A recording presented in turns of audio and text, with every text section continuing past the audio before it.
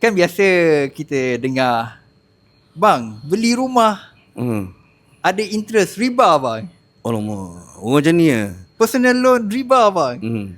So macam mana kita nak ubah mindset? Bukanlah kita tak perlu ubah semua orang. Kita perlu orang-orang yang perlulah. Okey, dia macam ni. Bukan ubah mindset. Faham konsep. Yes. Orang faham konsep. Yes.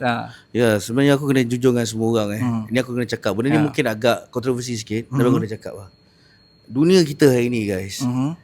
Kalau orang macam ni, kau minta dia, okay, kalau kau tak boleh ada riba, bagi tahu satu solution. Aku nak dengar satu solution dia. Tak banyak pun, aku nak satu je. Kau komen lah kat bawah ni, solution apa yang bagus.